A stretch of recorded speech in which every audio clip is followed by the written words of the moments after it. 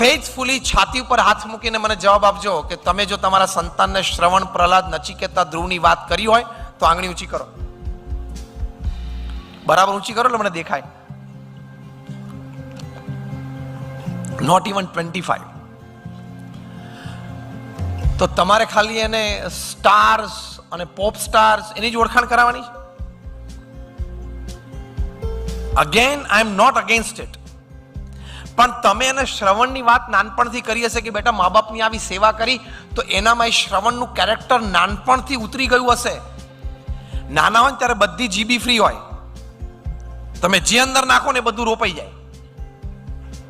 તો શ્રવણનું કેરેક્ટર એના હૃદયમાં ડેવલપ થયું હશે તો તમે ભવિષ્યમાં જ્યારે વૃદ્ધ હશો ને તમને માથું દુખતું હશે કે પગ દુખતા હશે ત્યારે તમે પગ કે માથું દબાવી આપશે. બાકી ગળું તો છે જ અને દાબી દે છે. તમે બે